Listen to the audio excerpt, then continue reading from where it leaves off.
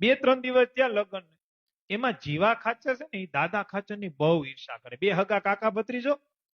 અને મહારાજ છે ને વારે વારે સભામાં શું કે ખબર, દાદા કેમ છે, દાદા ક્યાં ગયો, દાદો શું કરે, દાદા ક્યાં ગયો, કેમ દેખાતો નથી. મહારાજ એની જ યાદી કરે, એની જ યાદી કરે.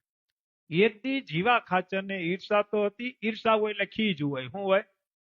ઈર્ષા હોય ને, ઈર્ષા માન ખીજ આ બધું ભેગું જ હોય. ઈર્ષા હતી એટલે ખીજ એ હોય.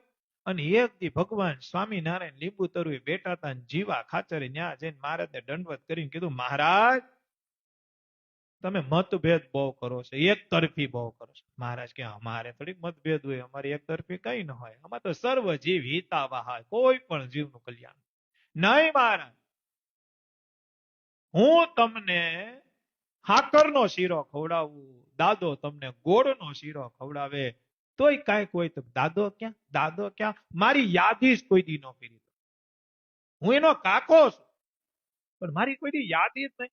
વાત વાતમાં આખા દીમાં તમે નહીં નહીં ને 20 થી 25 વખત એમ બોલતા છો કે દાદો ક્યાં, દાદો ક્યાં, દાદો ક્યાં. અમારી કોઈ દી યાદ. મહારાજ કે એવું ન હોય, પણ ઘડીએ ઘડીએ એનું નામ આવી જાય, આખો દી વગોડતા હોય તે દાદો યાદ આવી જાય. અમને એવું થોડું કોઈ જીવા ખાતર કે એને આગળ કરીએ તમને પાસ કરીએ, એવું અમારા મનમાં ન, અમારે એવો મતભેદ ન હોય. એક નહીં, તમે એક તરફી કરો જ છો, તમે મતભેદ કરો જ, અને તમે ભગવાન થઈને આવું કરો છો, દુઃખ થાય છે. મહારાજ કે રાજી રહેજો. એમ કરીને પછી જીવા ખાચર ખીજમાં વૈયા ગયા. હું વૈયા ગયા? પણ મહારાજને તો ખબર જ હતી ને હું કરું. હાઈન્સ પડી ને હાઈન, એટલે મહારાજે દાદા ખાચરને બોલે, દાદા તો કે હા આવ્યા, એક કામ કર, જીવા ખાચરને બોલે, તાર કાકાને બોલે. કેમ? તો કે મહારાજે કીધું બોલા. અક્ષરવડી બે કાકો ભત્રીજા આવ્યા, બે આવીને દંડવત કર્યા. આવીને મહારાજને કે મહારાજ હા. મહારાજ કે કામ કરીએ, મને એમ થયું ગામના પાદરે આટો મારવા જાય. ક્યાં જાય? ગામના પાદરે. હાલો તમે કાકો ભત્રીજો, મારે હતવારો રે. બે હાથમાં મસાલ લીધી, ત્યારે તો કઈ લાઈટું હતી નહીં. હાથમાં મસાલો લઈ કાકો ને ભત્રીજો બે જાય.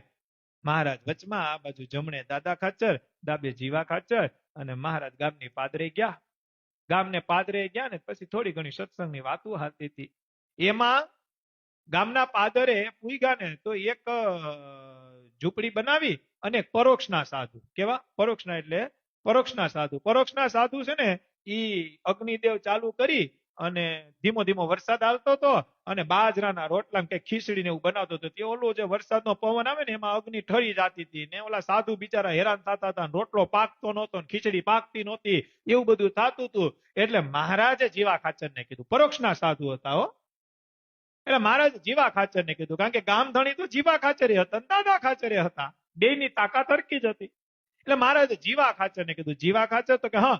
તો કે બિચારા પરોક્ષના સાધુ, એને ખીચડી બનાવી, રોટલો બનાવો, પણ બિચારા પવન ને લીધે કઈ વ્યવસ્થા નથી, તો કઈક આની વ્યવસ્થા કરી દો ને, એમ બિચારા શાંતિથી રોટલો બનાવી શકે, ખીચડી બનાવી શકે. આ વરસાદ આવે છે ને પાણી ઉડે છે, સાધુ ભીંજાય છે, અને બિચારા બીમાર પડશે ને હરકું જમી નહીં શકે, તો અમને દયા આવે છે. જીવા ખાચર આની કઈક વ્યવસ્થા કરો. એટલે જીવા ખાચર જવાબ આવ્યો, મહારાજ હવા તો અહીંયા કેટલાય આવતો, હવા તો અહીંયા કેટલાય આવતો, મૂકો ને મહારાજ.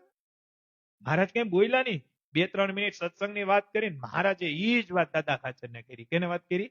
દાદા, આ બિચારા સાધુને રોટલો બનાવવો હોય, ખીચડી બનાવી હોય, આ વરસાદ આવે, આ પવનથી બધું આડાઅવડું થાય છે, બિચારા નથી હરખું જમી શકતા, નથી બી શકતા, આની કઈક વ્યવસ્થા કરો ને. ત્યારે દાદા ખાચર એમ કીધું, મહારાજ કયો તો અહીંયા વ્યવસ્થા કરું, અને કયો તો મારો ઓરડો આપી દો. બોલો મહારાજ. ત્યારે ભગવાન સ્વામિનારાયણ જીવા ખાચરને કીધું, જીવા, યાદ મારે તને કરવો કે દાદાને કરવો? સમજો તમે વાત? મારી યાદ તમને કરવો કે દાદાને કરવો? જે સવાલ મેં તમને પૂછ્યો તો તમે એમ કીધું હવા તો કેટલાય આવે, અને એ જ સવાલ મેં મારા દાદાને પૂછ્યું તો દાદો એનો ઓરડો દેવા તૈયાર છે. હવે તમે જ નક્કી કરો કે મારે કેની યાદી કરવી. આ ચરિત્રથી મારે જીવા ખાચરે અક્ષરધામના મુક્ત હતા, એનો એક રોલ નિભાવવા આવ્યા હતા. અન્યથા કોઈ ન લેશો એવું ન સમજતા કે જીવા ખાચર પામર હતા. પામર હોય કોઈ દી ભગવાનના જોગમાં ન આવે, પામર હોય એ કોઈ દી ભગવાનના મંદિરે ન આવી શકે, પામર હોય એ ભગવાનની કથા વાર્તામાં ન બી શકે. જેને કથા વાર્તાનો લાભ મળે, સભા સત્સંગનો લાભ મળે, ઉત્સવ સમયાનો નામ મળે, અને ભગવાન સ્વામિનારાયણ જેવો સર્વોપરી ભગવાન મળે ને, એ અક્ષરધામનો મુક્ત જ હોય, મુક્ત જ હોય, બીજો કોઈ નબળો હોય જ નહીં.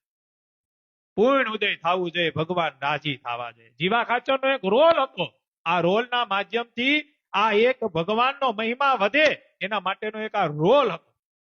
બાકી કોઈ સામાન્ય હોય? દાદા ખાચરના પરિવારમાં કોઈ જન્મવું હોય, કોઈ સામાન્ય હોય?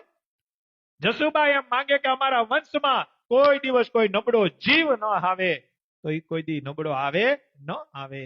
જેની લક્ષ્મી સુકૃત હોય, એનો ખોરાક સુકૃત હોય, જેનો ખોરાક સુકૃત હોય એની કમાણી સુકૃત હોય, જેની કમાણી સુકૃત હોય એના ઘરમાં બનનારી રસોઈ સુકૃત હોય, જેના ઘરમાં રસોઈ બનનારી સુકૃત હોય ત્યાં જમનારા ભગવાન અનંત કરોડો બ્રહ્માંડના માલિક હોય. જેની ઘરે ભગવાન જમતા હોય એ ઘર ભગવાનનું હોય, ભગવાનનું હોય. વાત ઈ કહેવાની છે કે ભગવાનની આજ્ઞા પાળતા કદાચ ગમે એવું દુઃખ આવે, ગમે એવી નિરાશતા પણ આવે, ગમે એવો પરાજય આવે, પણ યાદ રાખજો આપણે ભગવાનની આજ્ઞા પાળતા કદાચ આપણો પરાજય થાય ને તો ભગવાનના દરબારમાં આપણો વિજય થાય.